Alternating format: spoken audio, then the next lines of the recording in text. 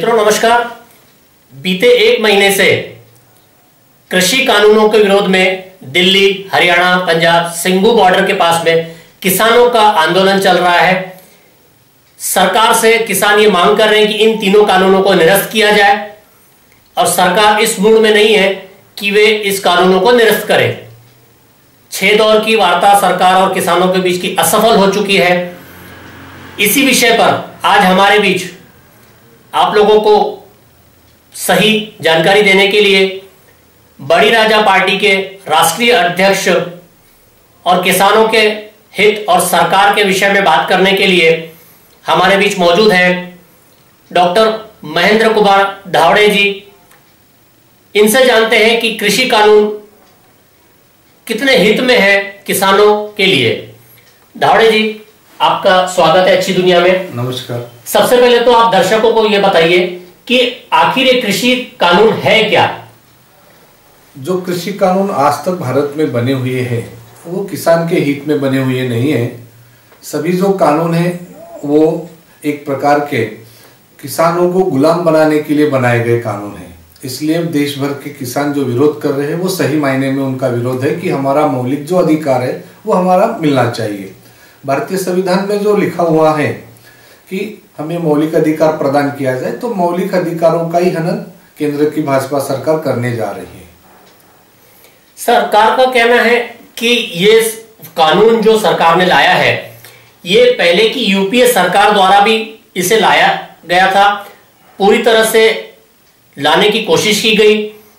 कृषि मंत्री रह चुके राष्ट्रवादी कांग्रेस पार्टी के सुप्रीमो शरद पवार जी ने भी इसके लिए कई राज्यों को पत्र लिखे थे, लेकिन वह बात नहीं बन पाई। ऐसे में अगर मोदी सरकार ने इन कानूनों को लाया है और उन्हें पास किया है तो क्यों इसका विरोध किया जा रहा है, खास करके विपक्षी पार्टियों द्वारा? चाहे केंद्र की उस समय में के यूपीए सरकार हो या अभी भाजपा की सरकार हो, जो किसान के हित में उस समय में भी जो राष्ट्रवादी के सर्वा शरद पवार जी ने जो इस बिल की पेशकश की थी, हो सकता है कि उस समय में उनके बारे में उनको जानकारी पूरी मात्रा से संभवतः से अधिकारियों ने नहीं दिया हो या बिल उनके सामने सही ढंग से नहीं रखा गया हो, इसलिए उन्होंने उस बिल की पेशकश की है। लेकिन फिलहाल अभी वो भी सभी पार्टियां इसके विरोध में हैं। इस कानून के सभी को ये लगता है कि भारत कृषि प्रधान देश है और कृषि प्रधान देश में सभी किसानों को अगर अपना मौलिक अधिकार प्राप्त हो तो निश्चित रूप से ये भारत पहले जैसा सुजलाम और सुफलाम और सोने की चिड़िया बनने में कोई ज्यादा समय नहीं लगेगा। सर, किसानों के बीच में सबसे बड़ा वाद विवाद है कि एमएसपी के रेट को लेकर के। ऐसे में सरकार कह रही है कि ना तो एमएसपी रेट को कम किया जाएगा और ना ही मंडियों को हटाया जाएगा। ऐसे में आप किस तरह देखते हैं सरकार को? जो किसान पत्रकार के नाम से पी साईनाथ जी भी एक बहुत बड़े पत्रकार रह चुके हैं, वो भी इस बिल का विरोध कर रहे हैं, क्योंकि एमएसपी और एमआरपी, अगर मान लो एमआरपी सभी लोगों को अपने अधिकार तय करने का है तो एमएसपी के लिए सरकार जो आयोग के माध्यम से निश्चित कर रही है, एक प्रकार की ये सरकार किसानों के ऊपर अपनी मनचाही हिटलरशाही तानाशाही थोपने का एक प्रकार है। जो फसल उगाता है उसकी परिवार होता है, उसके परिवार के साथ में नौकर मजदूर सभी लोग साल 3-4 महीने एक फसल उगाने में जो समय लगता है, तो एमएसपी ठहराने का भी अधिकार उस पूरे परिवार के साथ में जो खेती में बागवानी में जो काम करते हैं उनका सभी का सहयोग, उनका खर्चा, उनका डेली वेजेस का जो भी निकलता है, उनका स्वास्थ्य का खर्चा, वो जोड़कर ही एमएसपी ठहराने का प्रस्ताव साईनाथ कमीशन ने भी दिया था, पी साईनाथ का भी है और बहुत सारे लोगों की यही मांग है और हमारे किसान भाइयों की वही मांग है। बड़ी राजा पार्टी भी यही मांग के ऊपर में इस बिल का विरोध करती है। हाल ही की ताजा जानकारी की अगर बात की जाए तो एक तरफ किसान विरोध में है और वहीं किसानों के 20 संगठनों ने केंद्रीय मंत्री कृषि मंत्री तोमर जी से बात की है। उन्होंने उनको मंत्री जी को अपना समर्थन पत्र दिया है कि वे इस कानून के समर्थन में हैं। ऐसे में आप किसानों के ऊपर दो फाड़ में होते हुई राजनीति को कैसे देखते हैं? अब देखें तो भारत में एक बहुत बड़ी आजादी दी गई है जिसको हम फिर से दोहराएंगे कि मौलिक अधिकार। चाहे आप भी आज के आज एक नया किसान संगठन खड़ा करके तोमर जी के साथ आप भी मिल सकते हैं। तो इस प्रकार की केंद्र सरकार एक अपनी चाल के तहत, कूटनीति के तहत अलग अलग संगठनों का निर्माण करके ये दिखा रही है कि इस देश में दो प्रकार के संगठन है। एक किसान संगठन एक जो प्रकार का है वो हमारे साथ में है और दूसरे किसान लोग विरोध में हैं। लोग जब छोटे छोटे पंजाब से, हरियाणा से, महाराष्ट्र से जो अभी कुछ लोग गए हैं दिल्ली में, तो उन्होंने अपना घर दार सब छोड़कर परिवार के साथ में वहां है। तो इसका मतलब कि किसान संगठन कौन सा सही है, ये लोगों को नजरिया सब दिखाई दे रहा है। सर, ऐसे में देखा जाए तो किसान एक तरफ समर्थन कर रहे हैं, दूसरी तरफ विरोध कर रहे हैं, तो इस आंदोलन का परिणाम क्या होगा और आपकी बड़ी राजा पार्टी का स्टैंड क्या रहेगा? आपका यह सवाल बहुत ही महत्वपूर्ण सवाल है। इस देश में जब तक केंद्र सरकार इस किसान विरोधी बिलों को निरस्त नहीं करेंगी, तब तक हम भी अभी 3 जनवरी सावित्री माता फुले के जन्मदिन पर हम बंबई के आजाद मैदान में 3 जनवरी से हम बिल के विरोध में साखली अनशन के ऊपर में बैठने वाले हैं। और इस अनशन के माध्यम से हम सरकार को ये चेतावनी देना चाहते हैं कि जब तक बिल निरस्त नहीं होगा, वापस नहीं लिया जाएगा, तब तक हम बंबई के आजाद मैदान से हम ये जगह छोड़ने वाले हैं नहीं।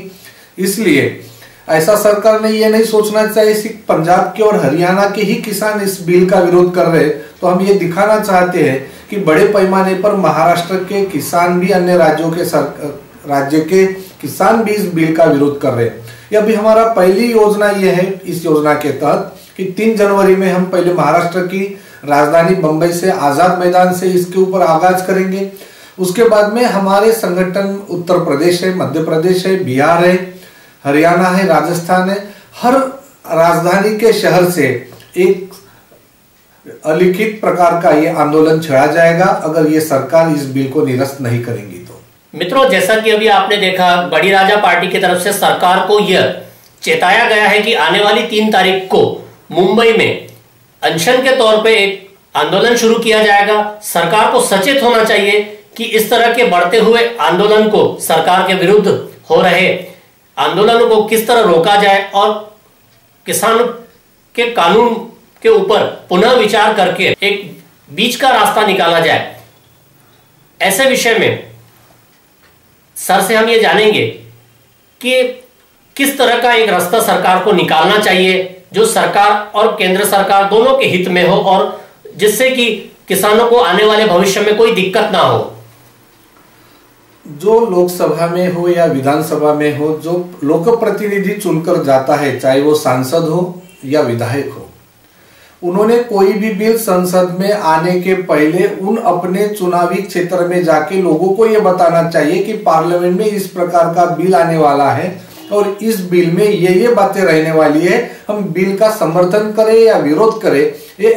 ये एक्चुअली सही तरीका हमारी पार्लियामेंट्री डेमोक्रेसी में ये होना चाहिए और ये प्रावधान है। लेकिन आजकल जो पार्टी से चुने हुए आए सांसद है, ये बॉन्डेड लेबर बनकर ये बिल जब बहुमतों के साथ में पारित करते हैं तो एक प्रकार की ये तानाशाही है, हुकुमशाही है, हिटलरशाही है, ऐसा माना जाता है। अगर मान लो इन सरकार को इसमें से रास्ता अगर निकालना है तो लोगों की राय लेना चाहिए, सर्वेक्षण करना चाहिए, दिल की बात करना चाहिए। केंद्र सरकार ने अभी तक अगर हम देखते हैं कि हम किसानों का दाम दोगुना करेंगे, ऐसा कई बार प्रधानमंत्री जी ने कहा है, लेकिन मुझे नहीं लगता कि भारत का किसान का दाम दोगुना हुआ है।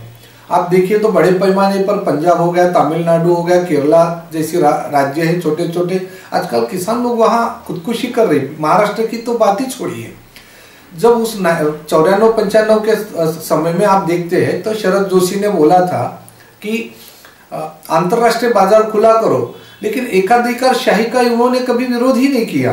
तो कहने का मतलब यह है कि बोलने की बात एक है, करने की बात एक है। इसीलिए हमारे किसान भाइयों को हम और महाराष्ट्र के सभी गांवों से हमारे जो पदाधिकारी हैं उनको हम आह्वान करते इस माध्यम से कि आप बड़ी संख्या में 3 तारीख से होने वाले आजाद मैदान के आंदोलन में आप हिस्सा लें और ये लोगों का ज्यादा समावेश नहीं होना चाहिए। इस प्रकार की रणनीति बनाकर सरकार ने क्या कर दिया, तो ग्राम पंचायत के चुनाव लगा दिए कि गांव का आदमी गांव में व्यस्त रहे और वो इस आंदोलन में हिस्सा न ले। ये भी एक बहुत बड़ी इसकी एक रणनीति है। तो हम ये सोची समझी साँच को अगर निरस्त करना है, इसलिए हम आजाद मैदान में लोगों को आह्वान करते हैं, सभी किसान पुत्रों को आह्वान करते हैं कि जितने सारे लोग हैं इस देश में वो ज्यादा से ज्यादा किसान के बेटे हैं। अगर किसान को बचाना है, अन्नदाता सुखी भोग करना है, तो आप निश्चित रूप से इस आंदोलन में शामिल हो और किसान हित में आप आए। यही इस आपके अच्छी दुनिया के माध्यम से हम हमारे किसान भाइयों को बताना चाह रहे हैं।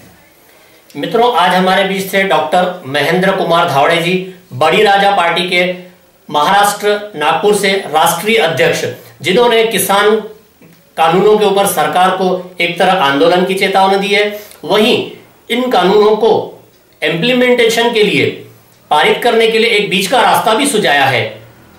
हमारी अच्छी दुनिया से जुड़ने के लिए हम डॉक्टर महेंद्र कुमार धावड़े